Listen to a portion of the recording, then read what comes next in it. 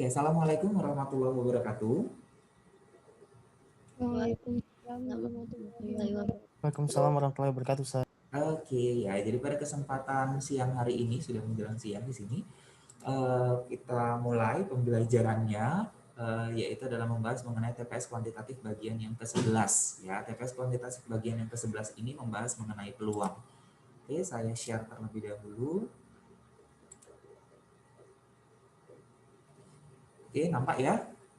Oke, jadi materi kita adalah membahas mengenai peluang. Sebenarnya kalau misalnya materi peluang itu sendiri sudah kalian bahas secara lebih detail dan mendalam itu di kelas 12 saat ini ya, yaitu adalah pada materi matematika umum kan gitu.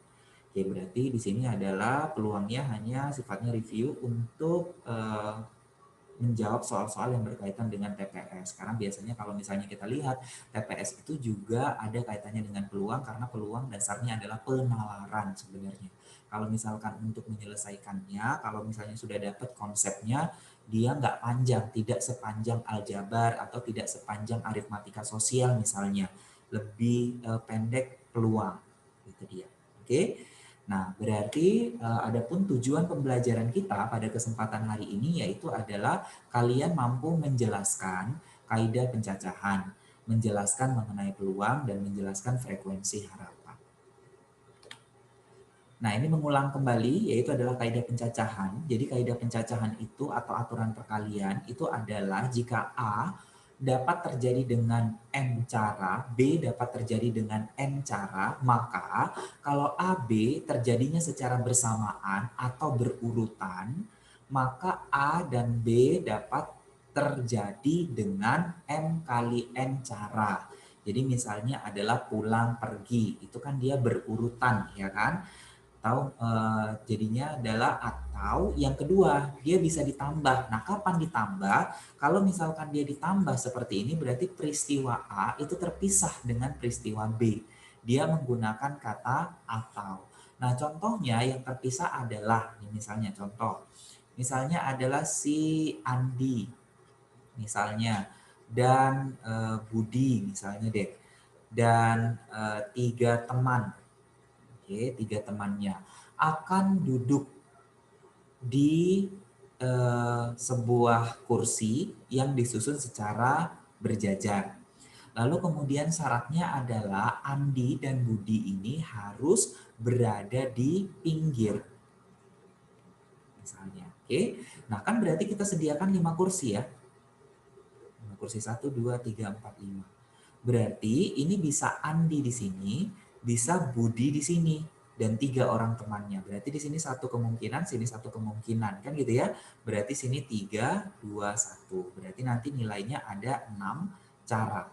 Nah, tetapi kan bisa juga atau gini, kebalikannya. Di sini adalah Budi dan di sini adalah Andi.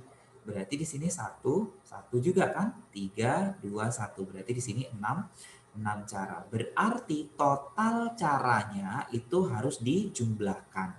Karena dia terjadinya secara terpisah, tidak berurutan. Berarti nilainya adalah sama dengan 12 cara. Berarti ini adalah merupakan total. Paham ya? Kapan dia dipakai tambah. Kalau dipakai kali, nah kalau misalnya dipakai kali, misalnya adalah pulang pergi misalnya. Misalnya dari kota A ke kota B, B ke C misalnya. Di A ke B itu misalnya ada 3 jalan. Lalu kemudian dari B ke C misalnya cuman ada 2 jalan misalnya. Nah, si seseorang misalnya sebut saja misalnya di sini adalah Chandra misalnya. Chandra mau pergi dari A menuju ke C melalui B dan kembali lagi ke A dengan syarat bahwa tidak melalui jalan yang sama. Jadi nggak ada jalan yang sama.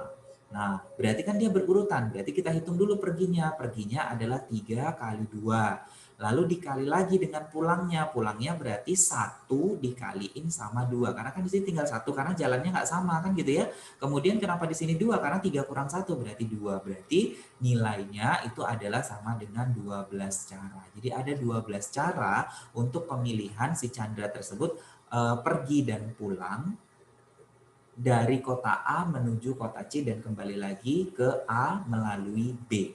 Itu dia. Oke, itu kalau misalnya kaidah pencacahan ya. Jadi di dalam pun yang terpisah ini tetap ada perkalian. Oke, faktorial. Faktorial saya nggak panjang di sini karena kalian sudah dapatkan materi ini. Kecuali tadi kelas 10 dan kelas 11 masih belum ya. Kalau faktorial bentuknya adalah simbolnya itu adalah tanda seru. Oke, berarti nanti nilai terkecilnya adalah 0. N-nya adalah merupakan bilangan bulat yang harus lebih besar dibandingkan dengan 0. Lebih besar atau sama dengan 0. Jadi tidak akan pernah minus 2 faktorial. Ini nggak ada nilainya. Kan gitu ya. Atau misalnya setengah faktorial juga nggak ada nilainya. Jadi dia harus merupakan bilangan bulat. Di mana yang terkecil itu adalah 0 faktorial sama dengan 1 faktorial sama dengan 1. Nah, 5 faktorial berarti itu artinya 5 kali 4 kali 3 kali 2 kali 1 atau nilainya adalah sama dengan 120. Faktorial ini untuk apa? Untuk menentukan permutasi dan kombinasi. Kalau dia permutasi berarti itu artinya bahwa memperhatikan urutan. Berarti nanti kalau dia permutasi AB itu nggak sama dengan BA. Contoh daripada permutasi misalnya adalah pemilihan. Pemilihan apa? Pemilihan antara presiden, wakil presiden. Dia yang melibatkan yang namanya jabatan. Pasti nggak boleh terbalik. Ya kan? Kalau presidennya A, wakilnya B pada surat suara, itu akan bermasalah kalau misalnya peletakan fotonya itu terbalik misalnya. Jadinya adalah presidennya B, lalu kemudian wakilnya adalah A. Bisa marah tuh kayak gitu. Nah, berarti dia memperhatikan urutan. Atau tadi misalnya posisi tempat duduk itu juga diperhatikan urutannya. Kalau misalnya ada yang di pinggir, kecuali kalau dia bebas-bebas saja ya. Nah, itu berarti dia memperhatikan urutan. Itu berarti kasusnya adalah permutasi. Permutasi itu rumus pokoknya adalah ini, yaitu permutasi NR itu nilainya adalah N faktorial per N kurang R faktorial. Oke. Nah, di mana nanti R-nya harus lebih kecil dibandingkan dengan N. Kalau mau letakkan atas bawah, berarti nanti yang di atas harus lebih besar dibandingkan dengan yang di bawah. Bisa juga penulisannya adalah kiri kanan, berarti nanti yang di kiri harus lebih besar daripada yang di kanan.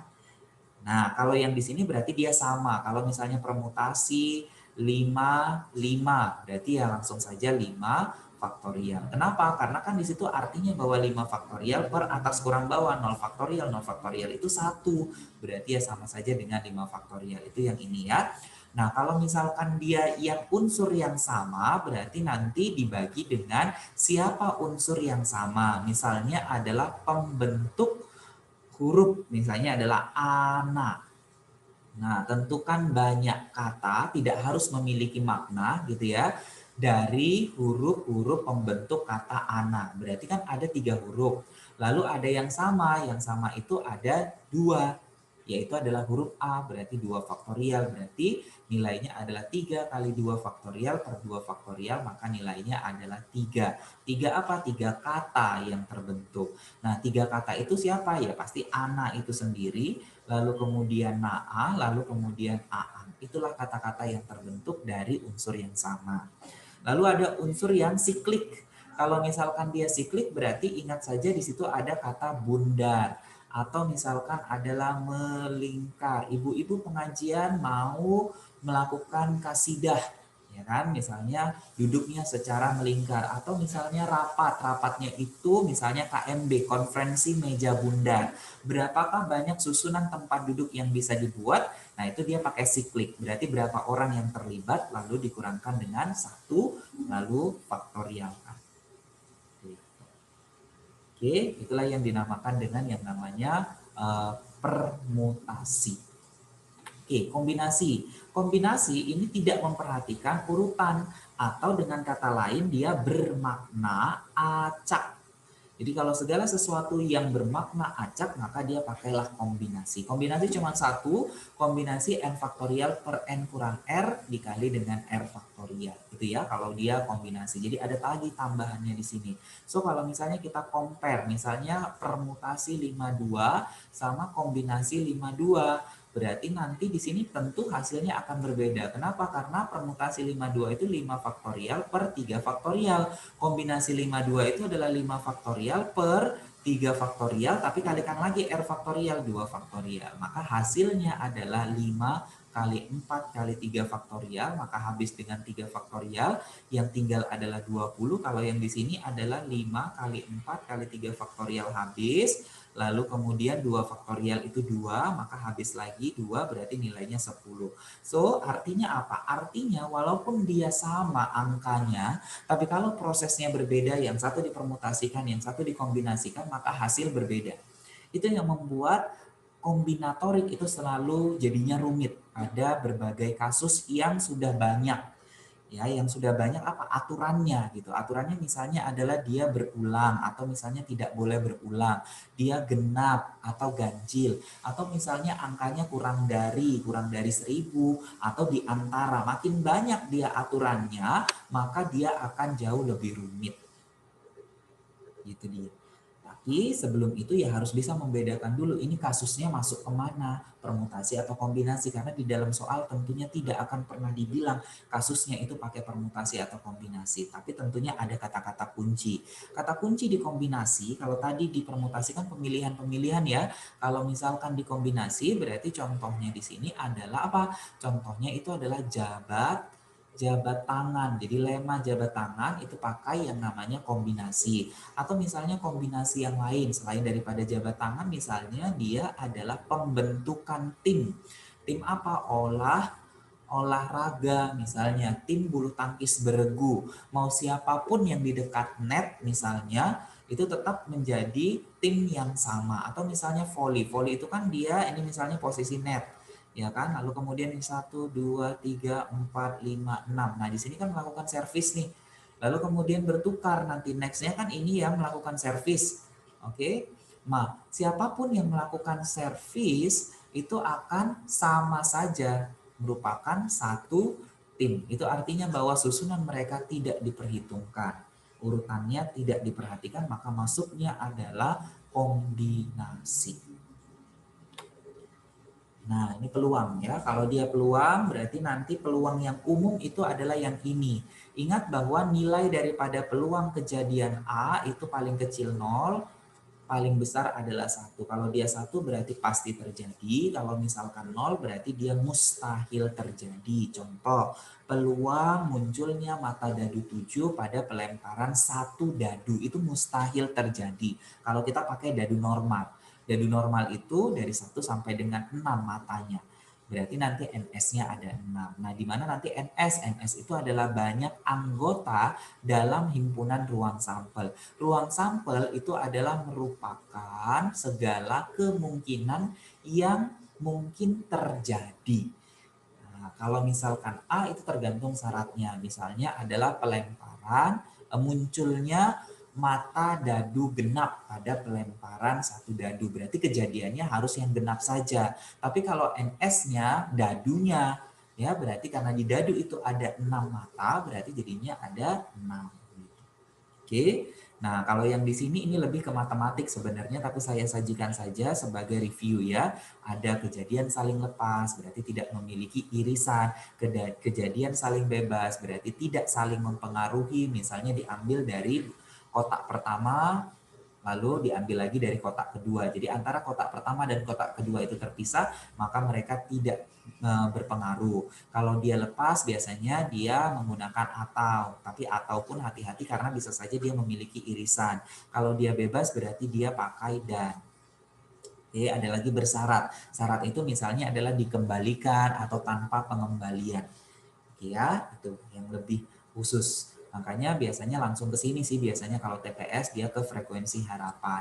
Nah, frekuensi harapan ya tetap harus peluang dulu yang tahu, baru dikalikan dengan N. N itu apa? N itu adalah banyak percobaan. Oke, itu. Sekian reviewnya ya. Sekarang kita lanjut ke soal-soal yang pernah dikeluarkan di TPS. Jadi mudah kalau TPS itu biasanya lebih mudah ya. Kalau ada beberapa sih yang sulit, tapi kalau yang di sini saya rasa kalian pasti bisa jawab. Oke, nomor 1. Dari X lalu kemudian ke Y itu ada 3 bis. Ini X, Y. Ini 3 bis. Lalu kemudian dari Y ke Z ada 4 bis. Nah, katanya Ali berangkat dari X ke Z melalui Y. Kemudian kembali lagi ke X. Lagi juga melalui Y. Jika saat kembali dari Z ke Y, ia tidak mau menggunakan bis yang sama, maka banyak perjalanan yang dapat ditempuh Ali adalah. Berarti sama seperti contoh yang saya berikan tadi ya. Berarti dia berurutan. Kalau dia berurutan berarti kita hitung dulu untuk perginya. Untuk perginya 3 kali 4. Untuk pulangnya berarti 3 kali 2. Kenapa 3? Karena 4 kurang 1. Bisnya kan nggak sama. Lalu kenapa 2? Karena 3 kurang 1. Berarti nanti nilai yang di sini adalah, berapa di sini? 9 dikali 8 ya. Berarti nilainya adalah sama dengan 72. Bisa? Oke. Bisa, Pak. Nah, next untuk nomor 2. Nah, kalian deh yang jawab. Apakah jawabannya kalau dari A ke B itu 4 bis, dari B ke C 5 bis, lalu balik lagi, tapi syaratnya sama, tidak menggunakan bis yang sama. Berarti berapa banyak cara yang dapat digunakan Tia untuk pulang dan pergi dari A ke kota C? Silahkan dijawab berapa jawabannya. 240, Pak.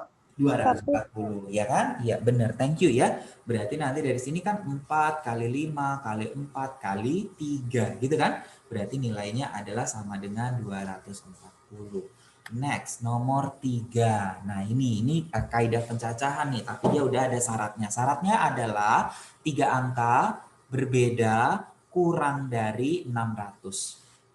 Berarti kita sediakan 3 kotaknya gitu ya. Kalau di matematik nih biasanya 3 kotaknya gitu caranya. Lalu kemudian kurang dari 600. Nah yang diisikan di dalam kotak adalah banyak kemungkinan. Ingat ya, banyak kemungkinan bukan angkanya. Jadi kalau saya tuliskan 3 itu maksudnya adalah 3 kemungkinan. 3 kemungkinan itu harus bisa dijabarkan siapa-siapa saja misal. Oke, nah kalau misalnya kurang dari 600 berarti kotak pertama boleh diisi oleh angka 3 angka aja, 4, 5. Iya benar, ada 3 kan? Yes, sir. 3 kemungkinan. Lalu kotak kedua ada berapa kemungkinan? Kurang 1, sir. Jadi 5 angka, sir. 5 angka, benar. Karena kan tadi ada yang nggak dipakai ya, yang nggak dipakai itu 679. 679 tentunya bisa di kotak kedua dan kotak ketiga. 3 tambah 2 yang berasal dari sini berarti 5. Lalu kurang 1 di sini tinggal 4. Berarti nanti nilainya adalah sama dengan 60 gitu ya. Oke, gampang kan? Lalu next lagi yang nomor 4. Ini gimana? Andi, Budi, Chandra, Dudung, Emon duduk di sebuah bangku panjang. Oke, panjang berarti sejajar kan gitu ya. Berapa banyak cara menyusun posisi agar Andi dan Budi duduknya berdampingan? Karena Andi dan Budi duduk berdampingan, mereka dihitung satu kesatuan. Karena kan nggak boleh terpisah. Satu kesatuan akan bergabung dengan Chandra, Dudung, sama Emon. Berarti nanti ada 4 faktorial. Cocok? Tapi ingat posisi Andi dan Budi bisa berkebalikan. Bisa Andi Budi, bisa Budi Andi. Kan sama-sama berdampingan mereka. Berarti dikali sama 2. Gitu. Oke? Berarti nanti hasilnya adalah 4 faktorial berapa ya? 4 kali 3 kali 2 kali 1. Berarti nilainya 24. 24 dikali sama 2. 48.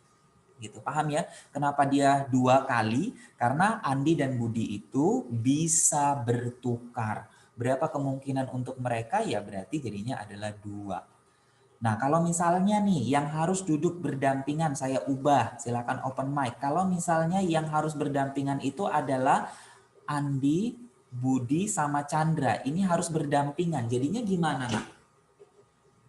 Berapa? Jadi 3 18, sir.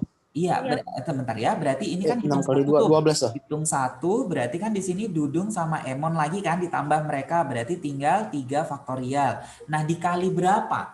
Mereka ini ada berapa kemungkinan ini? 3. Itu 3 kan sah. 3 faktorial kan 3 kali 2, 6. 6 kali 2, 12 sah. Ada Oh, 12 cara sah. kali dua. Tapi yang harus berdampingan itu adalah A, B, C. Oh, berarti kali 3 sah. 3, Sir. Kali Kali 3 berarti tiga. itu 6. 6 kali 3, 18 sah. Gini, kali 3, setuju semua Iya, kali Sir. 3? 16 cara sah. Setuju semua bahwa 3 kali 3 faktorial berarti jawabannya adalah sama dengan 18? Tidak, sir. Oke, coba kalau yang 3 itu siapa-siapa saja. Berarti bisa kemungkinannya adalah A, B, C gitu ya? Ya, Pak. Bisa A, C, B, benar? Ya, Pak. Bisa lagi siapa lagi? B, A, C, benar? Ya, Pak. Bisa lagi B, C, Oh, A. kalau gitu sah, di apa dong. sah? Difaktorialkan lagi sah yang 3 orang Iya, itu sah. bener. Ini sebenarnya 2 itu adalah 2 faktorial sih sebenarnya. Ya kan? 2 faktorial 2 Oh, gitu. Kalau misalnya 3 yang berdampingan ya 3 faktorial. 3 faktorial berarti nanti nilainya adalah 6. Jadi nanti di sini 6 kali 6, 36. 6. Nilainya adalah 36. Hati-hati ya. Nah, coba-coba kita teruskan coba. BCA, habis itu bener nggak 6? Mana tahu nggak 6 ya kan? Habis itu berapa lagi? C, A, B sama C, B, DBA. C, D, A. Oke, pas ya? Gitu. Berarti nanti jadi akan ada 6. Jadi kalau 4 berdampingan ya 4 faktorial. Jadi hati-hati ya, nak. Jadi bukan karena 2 orang. Nah, memang 2 orang tapi 2 faktorial. Kalau 3 orang berarti 3 faktorial. Nilainya adalah 6. Oke. Jadi hati-hati terjebak. Nomor 5. Suatu malam, Pak Batu, istri dan ketiga anaknya duduk mengitari, ada kata kunci lagi di sini, ada mengitari meja makan yang bentuknya bundar untuk makan malam. Jika Pak Batu dan istrinya harus duduk berdampingan, kata kuncinya, maka banyak susunan duduk yang dapat terjadi adalah berdampingan. Berarti Pak Batu sama istri dihitung 1, ya kan? 2 kali 4 faktorial. Tambahlah ketiga anaknya. Berarti jadi ada 4 orang. 2 faktorial kali 4 faktorial sah. Berapa? 2 faktorial kali 4 faktorial. 2 faktorial kali 4 faktorial. Setuju semua? Jadi 48 sah. Jadi 48. 48 jawabannya. Oke, bentar. Yang lain mungkin mana tahu ada yang mau respon. 2 faktorial saya tulis aja 2 ya, Bri. Kan sama ya, 2 faktorial itu 2. Iya sah, bisa sah. Ya, Sir. Enggak, Sir, itu kan siklik, Sir. Iya bener sih, klik Bri. Ada saya lingkari. Oh iya. Ini. Oh iya. Ngitari sama bundar, bener sih. Klik, hati-hati kasusnya nggak kayak tadi, bukan kayak bangku panjang, tapi dia siklik. Kalau dia siklik berarti harus dikurangin sama 1 di kelompok ini tadi, ya kan? Berarti Oh iya. adalah hati-hati 2 kali 3 faktorial. 3 faktorial berarti 6, 6 kali 2 nilainya adalah 12. Itu dia, siklik ya, bundar. Oke, next. Oh nih, ini kayak pernah dikeluarkan di stand kayak gini. Suatu desa terdiri dari 238 keluarga, ini mulai ngitung-ngitung deh. Dan rata-rata jumlah anggota setiap keluarga 4 orang. Jumlah dewasa 580. Suatu desa terserang wabah virus X dengan peluang tertular 0,5 bagi anak-anak. Berapa orang anak yang diperkirakan tertular virus? Berarti tidak ada yang diubah, ya kan? Komplemennya nggak perlu karena di sini anak-anak yang diketahui, yang ditanya juga anak-anak.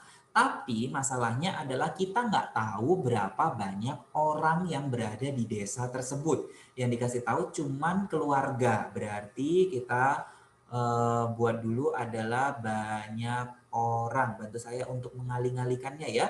Banyak orangnya adalah 238 kali 4. Karena satu keluarga itu rata-rata 4. So ini berapa orang?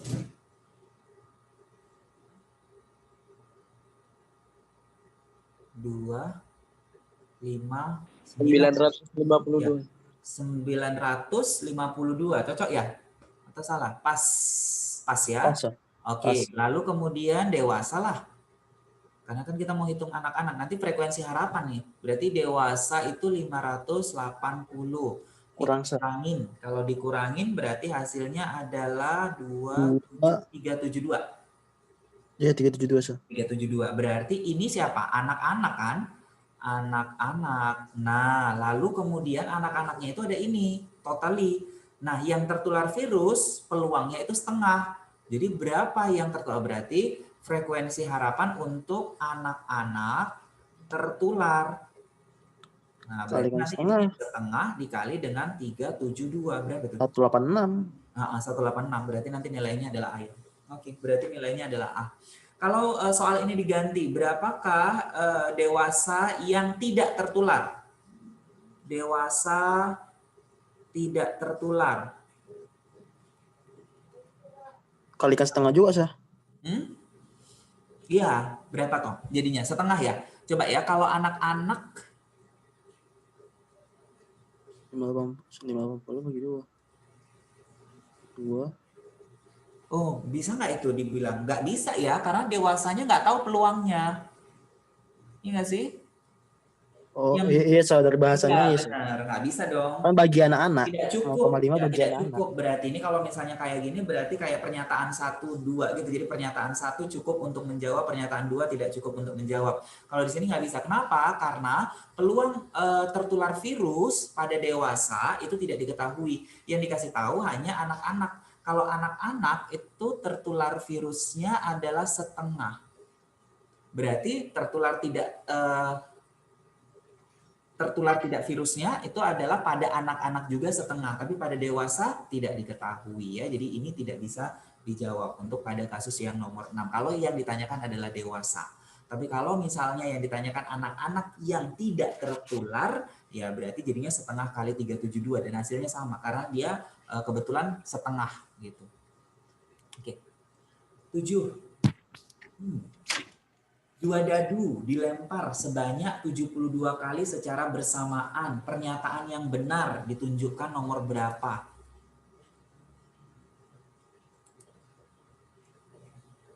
Satu, frekuensi harapan munculnya mata dadu berjumlah genap. Oke, jumlah genap itu jumlah berapa saja? Jumlah 2, ya kan? Jumlah 4, 6, 8, 10, 12. Ingat bahwa paling tinggi itu dadu itu kalau dia 2 dadu, berarti kan ini 2 dadu.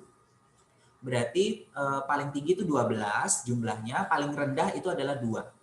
Nah, ini mudahnya gini, kalau kita mau menghitung jumlah sama banyaknya ya, banyak kemungkinan. Jadi jumlah 2, jumlah 3, 4, 5, 6, 7, 8, 9, 10, 11, dan 12. Itu kan jumlahnya kalau dia 2 dadu. Maka banyaknya 1, 2, 3, 4, 5, 6. 5 turun, 4, 3, 2, 1. Tes. Coba. Kalau jumlah 2, benar nggak 1? Benar ya, 1 sama 1 kan? Kan hanya ini. Jumlah berapa misalnya? Jumlah 9. Jumlah 9 katanya ada 4. Jumlah 9 itu berarti berapa saja jumlah 9? 45. 45 benar, balikkan. 54. 54. Berapa lagi? 63. 63. 36. 36 kan? Yep. Nah, gitu. Jadi gitu aja sih gampangnya ya. Jadi jumlahnya 2 sampai dengan 12 naik, lalu banyaknya berhenti di 6. 6, habis itu turun lagi dia 5, 4, 3, 2, 1. Itu gampangnya. Jadi katanya adalah frekuensi harapan berjumlah genap. Berjumlah genap berarti ini, dan ini. Berarti banyak kejadiannya adalah 1 ditambah 3, ditambah 5, ditambah berapa lagi? 5, ditambah 3, ditambah 1. Berarti total ini 10, 16, 17, 18. 18 ya. 18 itu banyak kejadian. 2 dadu berarti peluangnya adalah 18 per 36. Frekuensi harapan berarti dikalikan dengan N. N-nya adalah 72. Ini hasilnya 2. 2 kali 18 salah. 36. Jadi dibilang 10 kali, salah dong. Berarti kalau satu salah ya udah berarti yang A tepis, tidak akan mungkin yang B ditepis dan yang E ditepis gitu dia. Jadi nggak akan mungkin A, B, E. Jadi jawabannya tinggal C atau D. Ya, berarti tinggal apa? Cek aja yang nomor 2. Gitu. Cek yang nomor 2. Frekuensi harapan muncul dadu berjumlah ganjil. Ganjil berarti 2 tambah, ini kan ganjil, ganjil, ganjil. Berarti 2 tambah 4 tambah 6 tambah 4 tambah 2. Berarti ganjilnya 10, 14, 18 juga ya. Ganjilnya ada 18. Berarti 18 per 36 kali 72 sama dong. Berarti bukan 10 kali. Berarti jawabannya adalah 4 saja yang benar tanpa harus kita cek lagi. Gitu. Berarti jawabannya adalah yang D, hanya 4. Karena 2 salah. Kalau 2 salah ya sudah, berarti jawabannya adalah 4. Yang lain tidak perlu dibaca. Itu kalau pas ujian kayak gitu saja ya. Nah, tapi kalau misalnya sekarang pembelajaran, benar nggak ya nomor 4? Gimana sih kalau misalnya mencari peluang munculnya angka 1 pada salah satu dadu? Katanya adalah 5 per 18. Benar nggak? Berarti pada salah satu dadu kan? Berarti ini nggak boleh. Satu-satu nggak boleh. Yang boleh itu adalah 12 sampai 16. Karena salah satu dadu. Dan kebalikannya berarti ya 21, lalu 31 gitu sampai 61. Ada berapa ini? 1, 2, 1, 3, ini berarti ada 5 kan? Ini pun ada 5 kan? So totally ada 10 kejadian. Lalu 2 dadu berarti 10 per 2 dadu, NS-nya 36. Berarti kalau disederhanakan sama-sama bagi 2, 5 per 18. Pas ya?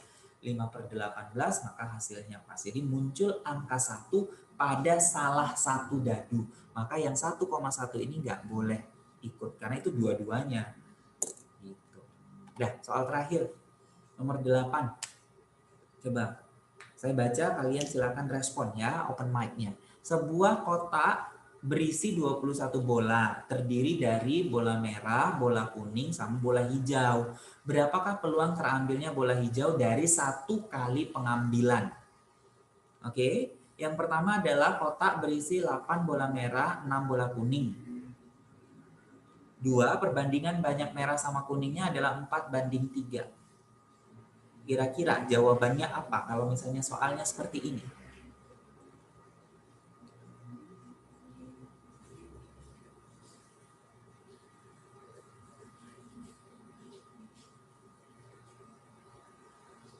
Saya sih A, Sir. A, berarti 2 nggak cukup ya kalau 2 saja yang dikasih tahu. Iya, Sir. Oke, Oh coba. ya, Sir. Oh, A, Eca juga A.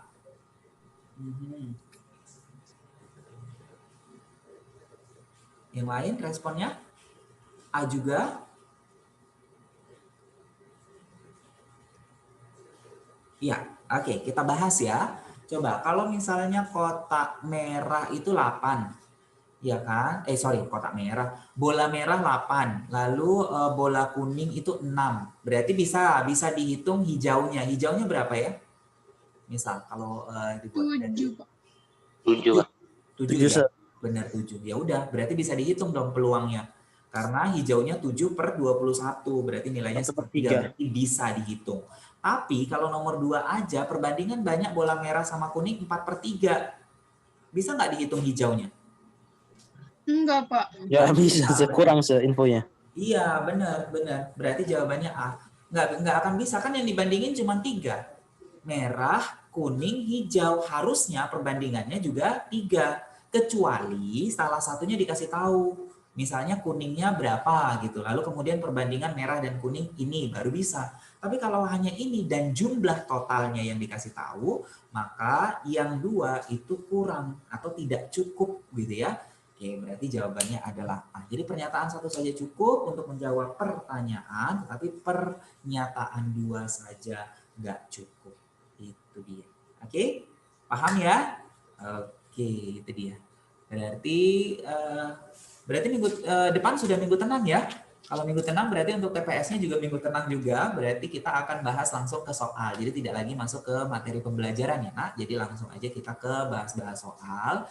Walaupun TPS kuantitatif itu tidak masuk di ujian, itu berita berita baiknya adalah TPS kuantitatif tidak dimasukkan di ujian. Jadi lebih kepada penalaran kalian dan bagaimana cara kalian untuk belajar setiap hari untuk mengimprove kemampuan TPS kuantitatif, terutama untuk tambah kurang kali bagi dan teman-temannya. Oke, saya akhiri. Wabillahi taufiq wal hidayah. Assalamualaikum warahmatullahi wabarakatuh. Waalaikumsalam warahmatullahi wabarakatuh. Thank you, Pak. Waalaikumsalam warahmatullahi Siap. Thank you, Sir. Thank you, Pak. Oke.